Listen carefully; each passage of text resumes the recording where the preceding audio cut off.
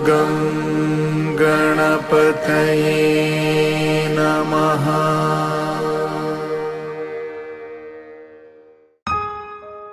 वो सुबह फिर आएगी। लॉकडाउन के दौरान लिखी गई पापा की यह किताब मेरे लिए एक धरोहर है और फिर मैंने खुद इस किताब को प्रकाशित करने का काम संभाला। यह पुस्तक बहुत ही सरल हिंदी भाषा में लिखी गई है। यह काव्य संग्रह उन श्रमिकों को सच्ची श्रद्धांजलि है जो अपने कर्तव्यों का पालन करते हुए अपनी जान गंवा बैठे हैं। यह काव्य संग्रह उन सभी पुलिसकर्मियों, स्वास्थ्य कर्मियों, स्वच्छ दूतों के प्रति सम्मान है जिन्होंने अपनी जीवन की परवाह किए बिना मानवता को जीवित रखने का संकल्प लिया।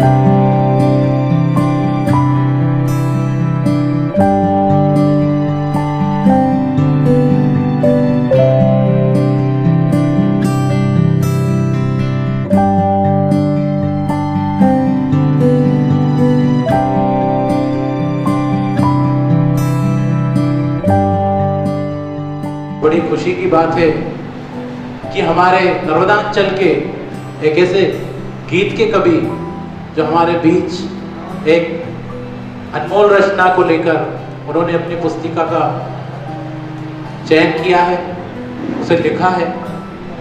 एक बार जोरदार तालियां हमारे शहर के गौरवंत कवि ओम प्रकाश यादव जी के लिए। मैं चाहता हूं कि इस प्रोग्राम का आगाज करते हैं और पुस्तिका विमोचन करने के लिए मैं आवाज देता हूं सोहागपुर एमएलए हमारे आदरणीय ठाकुर ब्रजपाल सिंह जी को कि वो पुस्तिका का विमोचन करें और इस कार्यक्रम का आगाज करें।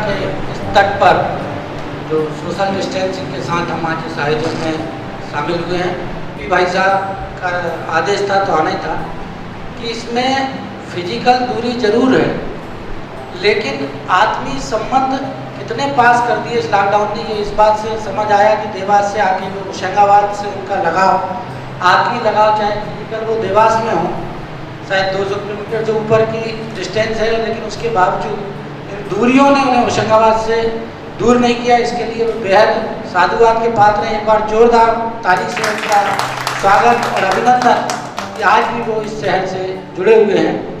यहाँ दिनेश भैया बैठे हैं, प्रशांत भाई हैं, जितू भाई हैं, लोकेश भैया भी हैं, सारे पत्रकार। हम सब जानते हैं कि सामान्य तौर पर पत्रकार और साहित्यकार दोनों आज के समय में किसी भी समाज या उसके जो नेगेटिविटी है उसमें ज़्यादा केंद्रित हो रहा है। बहुत बड़े व्यक्ति ने ये भी कहा है कि साहित्यकार और पत्रकार सरकार के स्थायी विपक्ष होते हैं। तो लेकिन इस पुस्तिका में जो अहम बात है वो ये है कि इन्होंने पूरा सकारात्मक दृष्टिकोण से उस पर बात की है और सरकार या संस्थाएं जो भी उसमें सकारात्मक काम कर रहे थे उनको उन्होंने अप्रिशिएट किया है। आपकी सकारात्मक सोच के लिए मैं आपको साधुवाद देता हूँ, बहुत बहुत धन्यवाद देता हूँ कि आपने अपनी लेखनी से न सिर्फ होशंगाबाद को बल्कि प्रदेश को, पूरे साहित्य जगत को गौरवान्वित किया है। ये पुस्तक निश्चित तौर पर आने वाले समय में युवाओं के लिए और समाज के हर तबके के लिए एक नई सुबह लेकर आएगी, एक नई विचारधारा के साथ। आपका पुनः अभिनंदन, धन्यवाद। जय हिंद, जय भारत, जय नरेंद्र मोदी। बहुत बहुत धन्यवाद आदरणीय। मैं आवाज़ देता हूँ हमारे आदरणीय पत्रकार दिनेश शर्मा जी को, कृपया वो आए, दो शब्द अपने। यह बिरला पल जिसे लोग जीने के लिए तरसते हैं, वो जीवनदायिनी माँ नर्मदा के इस पावन तट पर यहाँ जन्मे, यहाँ बढ़े, यहाँ पढ़े, यही कर्म भूमि, और यहाँ से देवों के देवास से आकर फिर कल कल बहती माँ नर्मदा की इन सुंदर लहरों के बीच आज अपनी रचना को उद्वेलित कर प्रवाहित कर रहे हैं। उनको समर्पित यह कार्यक्रम आदरणीय ओपी भाई। रचनाओं का संग्रह PDF के माध्यम से आधुनिकता के इस दौर में मुझे भी प्राप्त हुआ। व्यस्तताओं के बीच पढ़ने की जो आदत है, उसमें मैं जितना पढ़ पाया, समझ पाया, उसे अपने शब्दों की माला में पिरोने की कोशिश भी कर रहा हूँ। बदले परिवेश में कवि दुष्यंत की वो कविता, जिन्हें हम सकारात्मक और सृजनात्मक शैली में यदि देखें कि हो गई है पीर पर्वत सी निकलनी चाहिए, फिर इसे हिमालय से कोई गंगा निकलनी चाहिए, सिर्फ हंगामा खड़ा करना मेरा मकसद नहीं, मेरी कोशिश है कि सूरत बदलनी चाहिए। कलमों से उकेरने की कला का जज्बा हर किसी में नहीं होता ओपी भाई। ग्राउंड जीरो पर जाकर आपने लॉकडाउन का जो सजीव चित्रण शब्दों में पिरोया है, ये मुझे लगता है देश की अनूठी कलाकृति है, जिसे आज पतित पावनी जीवनदायिनी माँ नर्मदा के तट पर हम लोग विमोचन के इस अवसर पर उपस्थित हुए। मैंने आपकी कविताएं सुनी हैं और आपके अंदर जो हुनर है कि दीवारों पर शब्दों को उकेर कर रचना में समाहित करना, ये इस सृष्टि के सृजन में बेहद महत्वपूर्ण शाब्दिक विन्यास है, जहाँ से आपने अपनी सुलभ और सरल लेखनी का आगाज किया। यह दिनों दिन सशक्त होती जाए और इस क्षेत्र में यदि महापुरुषों के नाम के साथ जीवन के अतीत, अंत और निर्जरता में आने वाली पीढ़ी, जैसा विनोद जी की कविता है अगली सदी हमारी होगी, ऐसे ही वो सुबह फिर आएगी, उतने ही अदब और उतने ही सम्मान के साथ आपका नाम युवा और भावी पीढ़ी ले। इस क्षेत्र के नायाब हस्ताक्षर के रूप में यदि पंडित भवानी प्रसाद मिश्र, पंडित माखनलाल चतुर्वेदी हैं, तो हमारे क्षेत्र के एक भाई ओम प्रकाश यादव भी यहाँ से नेतृत्व करते हैं।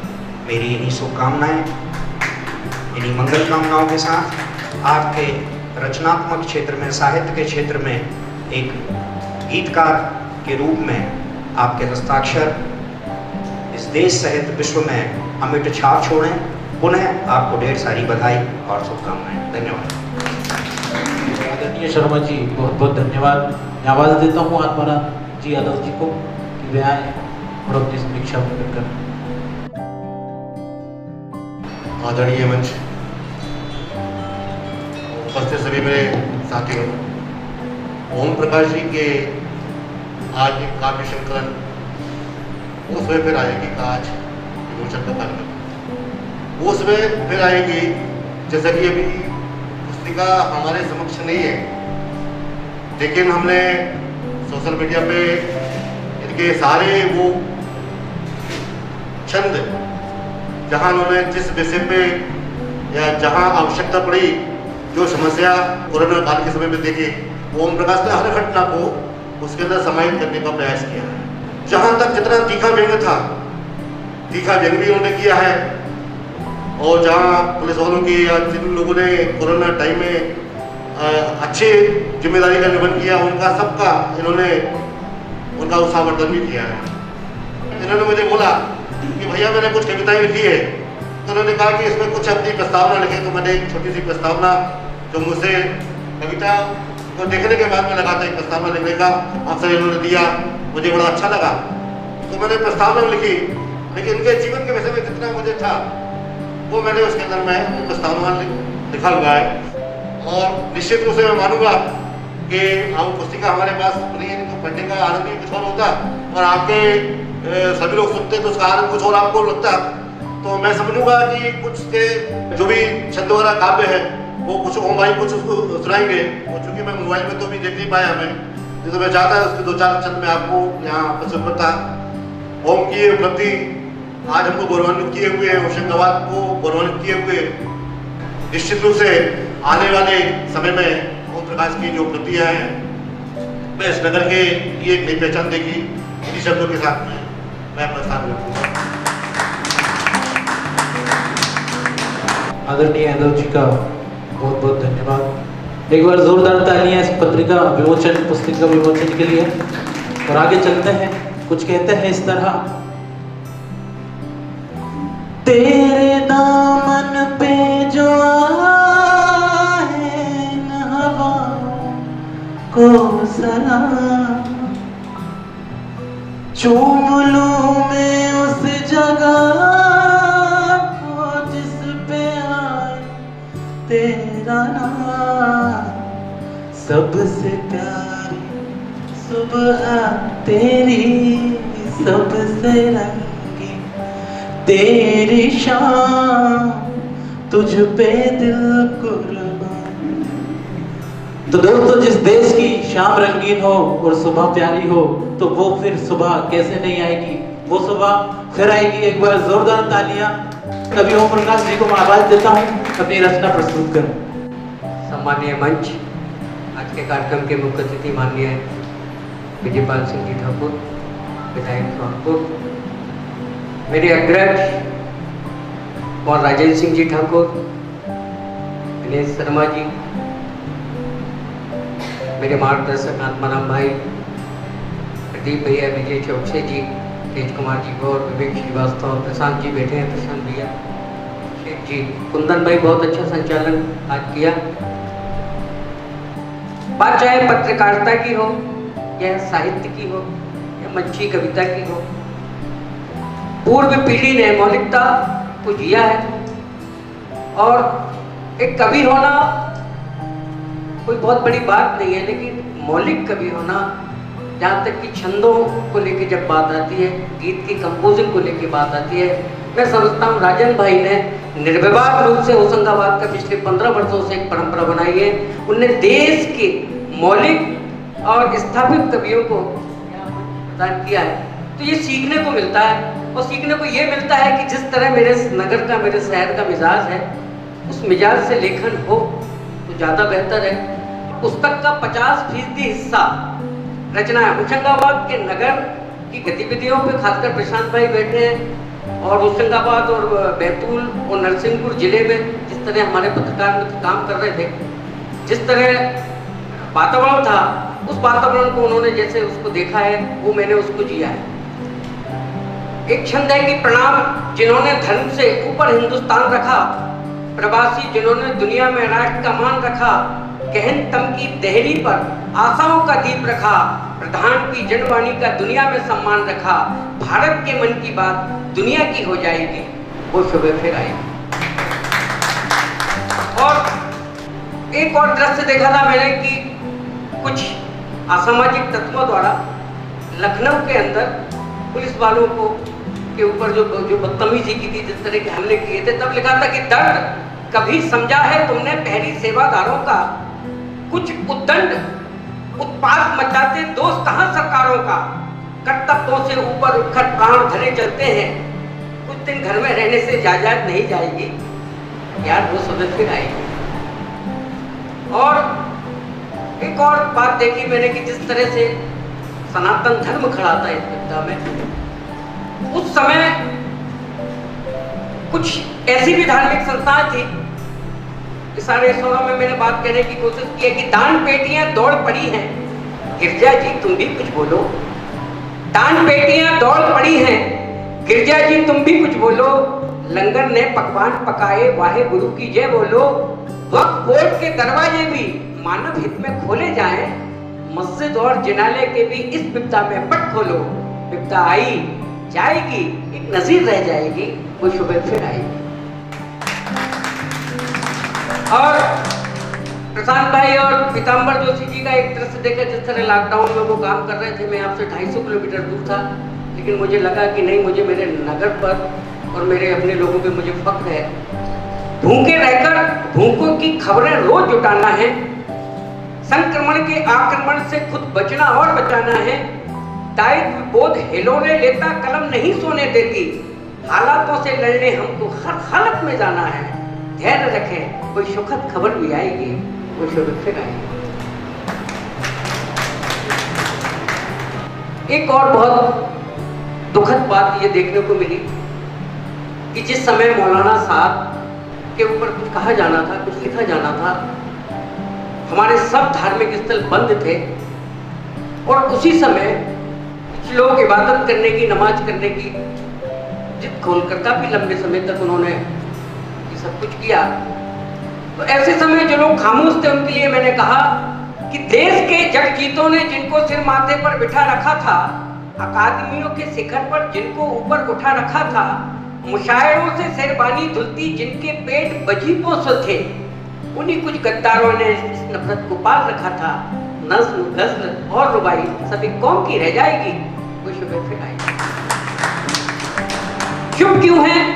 राहत, राणा मंजर और इमरान मसूरी, हकीकत पर असआर नहीं, बोलो ऐसी क्या मजबूरी। मुरादाबाद की जाहिलता पर कोई नया शेर कहा होता, जुबान पर क्यों तालाबंदी, इंसानियत से इतनी दूरी। दुनिया देख रही है सब कुछ, बात दूर तक जाएगी, वो सुबह फिर आएगी, वो सुबह फिर आएगी। और बहुत कुछ है, लेकिन मैं समझता हूँ कि कार्यक्रम बहुत विलंब से हुआ। कुछ अतिशोक्तिपूर्ण अगर मैंने कुछ लिखा है, पुस्तक अमेज़न पर लॉन्च हो चुकी है और पुस्तक की प्रति उपस्थित सभी मित्रों के घर तक मैं पहुंचाऊंगा। पुस्तक लॉकडाउन के कारण आ नहीं पाई थी और इतना कह के मैं अग्रजों के चरणों में प्रणाम करता हूँ, नमन करता हूँ। मैं उन्हें माननीय विधायक जी, मेरे बड़े भाई रायन भैया, दिनेश जी, आत्माना भाई, भाई विजय चौक से जगदीप जी नर्रे, प्रशांत जी, कौन सिंह नेवालिया जो कि 19 व्यक्ति से हमारे बीच उपस्थित हुए हैं, कुंदन सारंग जी, मैं इतना कहकर अपने इस काव्य विक्रम को विराम देता हूँ। मैं सभी तमाम मित्रों का हृदय से हार्दिक वंदन अभिनंदन करता हूँ। जय हिंद, जय भारत। हमारे आदरणीय ओपी भैया जी का मैं तहे दिल से अभिनंदन करता हूँ, वंदन करता हूँ, चरण स्पर्श करता हूँ। जो उन्होंने मुझे आज ये खतरनाक ड्यूटी दी। बहुत कठिन होता है मंच संचालन करना, मुझे नहीं पता कि मैं कितना खरा उतरा हूँ, उसके लिए मैं आपका बहुत बहुत आभार व्यक्त करता हूँ। तो आइए दोस्तों, इस कार्यक्रम का हम समापन करते हैं और बहुत ही हर्ष का विषय, एक बार फिर से जोरदार बधाइयाँ हमारे ओपी यादव जी के लिए, जिनकी पुस्तिका का आज विमोचन कार्यक्रम हुआ। कि इस नर्मदांचल की गोद में हम बैठे हैं और माँ नर्मदा का इतना सुंदर दृश्य, कुछ सोचा था हमने, कुछ नहीं हुआ, लेकिन उसकी मर्जी के बगैर कुछ होता नहीं। जितना उसने दिया उतना हमें ग्रहण करना है।